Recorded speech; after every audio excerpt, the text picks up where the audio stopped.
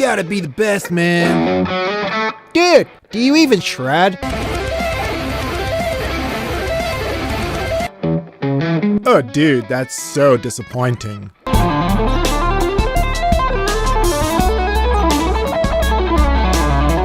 Hey, buddy, you think you can do this? You can't. You suck.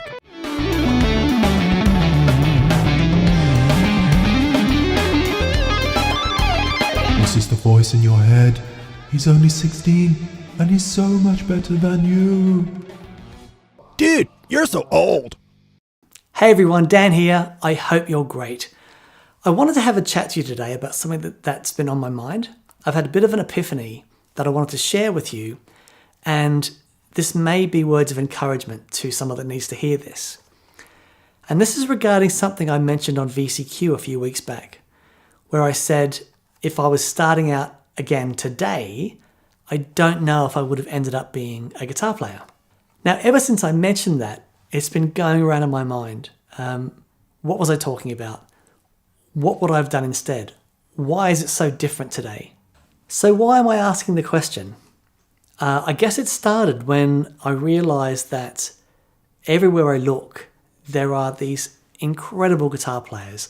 And it's the way the algorithm works on social media, right? If you like something, they give you more of that. So what I end up seeing is just endless lists of these incredible guitar players. You know, and let's just say these guitar players, far out, man, they're amazing. You know, how great would it be to be able to play like that? You might be able to play like that. Awesome.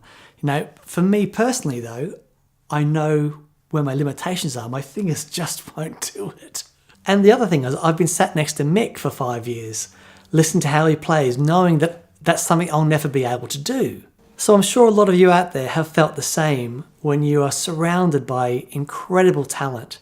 You end up asking yourself, what really do I have to offer? Now, to explain this fully, I need to go back and share with you a bit of my journey.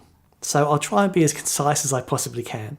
So as someone who would end up being a musician, I guess I grew up musically pretty isolated. My parents were both musical. My dad played the organ and my mum was a singer.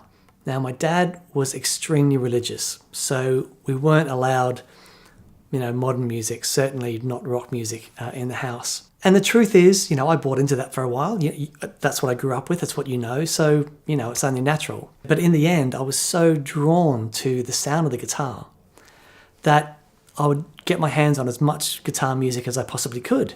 You know, back in the early 80s, it wasn't that simple for me. I was very young. I didn't have any money. I couldn't go down to a record store. But what I had is a small radio that I would sneak underneath my pillow and I, listen to that at night. But I really had no idea of what was out there. Now, Mum's house was a different story. We could listen to whatever we wanted to. And because Mum was a singer, we would sing as kids all the time. We grew up learning how to harmonize. So Mum was learning to play guitar when she was pregnant with me. And she said she only stopped when she couldn't reach the guitar anymore. So as long as I can remember, I've always been connected to the sound of the instrument. I must have been 10 years old, I think, when I was walking up the stairs of my Auntie Glad's house and I heard, "Ooh, la." They had War of the Worlds on the stereo. The sound of those guitars, it just blew my mind. It really affected me. Now, Mum bought me my first electric guitar when I was 10. And that was it. I was besotted. Now, my big brother had a job and could afford to buy some pretty decent gear. Now, he taught me how to play a pentatonic scale, and he also taught me how to bend a note and do a hammer-on. Now, I took that bending and hammering on, and within about a week, I was doing this. Now, I remember when I was 13, my brother brought home Van Halen 1984, and he put it on the stereo at Mum's house, and I listened to it, and I went into my room and cried for about an hour. Long story short, I thought I had invented tapping, and then you hear Eddie, it's like, what? And that's just to say, I hadn't really been exposed to that sort of music before. I was raiding my brother's humble record collection and learning what I could, but I wasn't surrounded with, classic rock. I didn't have Led Zeppelin in the house when I was growing up. Now, at school, my best friend was a guy called Ross Comerford, who is an incredible keyboard player. And, you know, we had a band together, and he really gave me my first glimpse of what you could achieve when you really knew music. We had a band competition, like an inter-school band competition. And I was backstage at a Beanley hall, and I was warming up. This guy pops his head around the corner, and then he disappeared and came back with his mate and asked me to join a band. And we would go on to be lifelong friends. That ended up being a really popular cover band. We wrote our first original music and recorded it. Yeah, and from that moment, I went up to Mackay when I was 19 to study music for a year at the conservatorium. I came back after the year of studying and was straight back into the band, and we were basically playing full time. So we had some residencies in Brisbane and at the Gold Coast, and we were flat out. And it was an absolutely brilliant time. Now, my sister had got married and moved down to Sydney, and I went down there for a weekend to see her. Now, Sydney was just incredible. It was teeming with creativity and artists. And I remember thinking, this is where I want to be. So I packed up my stuff and I moved down to Sydney. So till I could get on my feet, I was staying with my little sister, Deb. And I auditioned for a band called Heavy Petals. Now, this band was full of really seasoned Sydney musicians.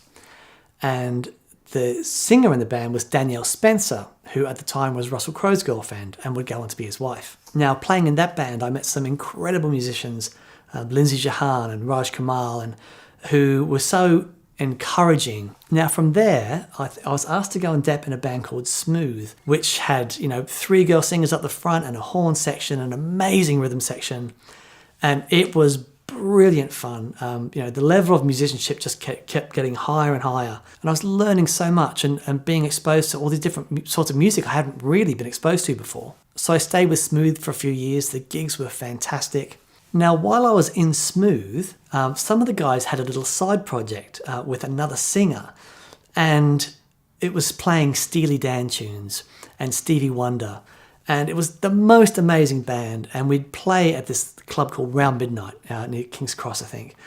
And you know, the gigs wouldn't start until 1 a.m. and they were always rammed. And we did this for months. It was just brilliant. Now, the keyboard player in this band was a guy called Mark Johnson, an extraordinary keyboard player, just so soulful and melodic and beautiful. Anyway, we became good friends. And he was asked to MD for this new artist that had just come out, a girl called Max Sharam. And he told me that he couldn't do it, but they were looking for a guitar player, and he suggested that I audition for it. So I did, and I got the gig. So we toured Max's album, his top 10 album, and we toured that for, you know, a good 18 months. And it was the most fun.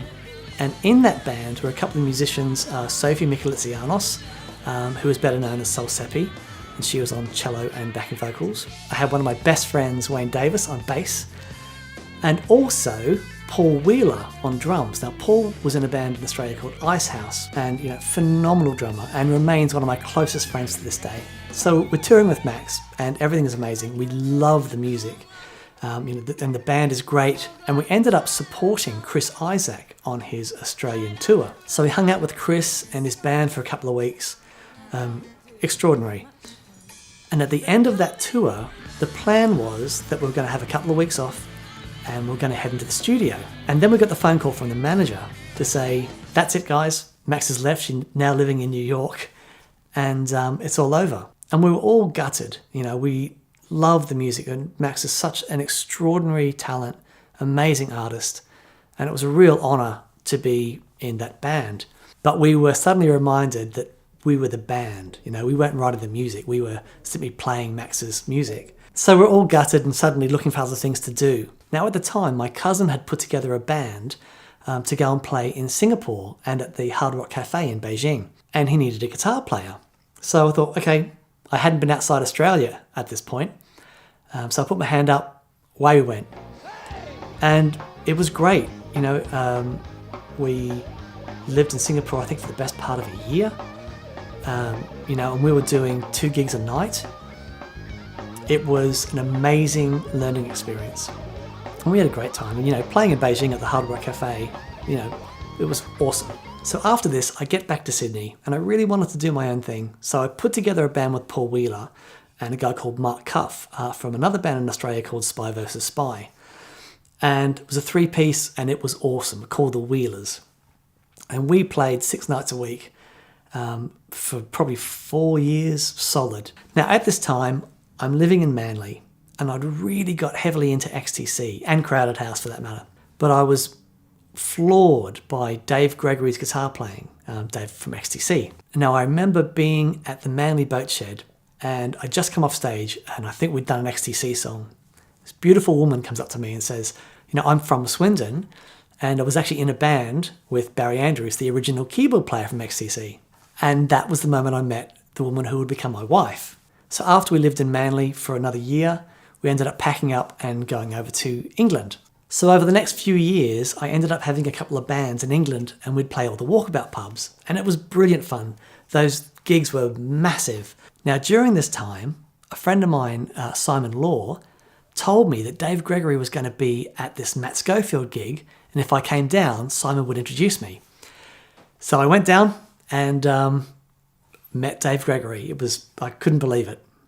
And he was just the best guy.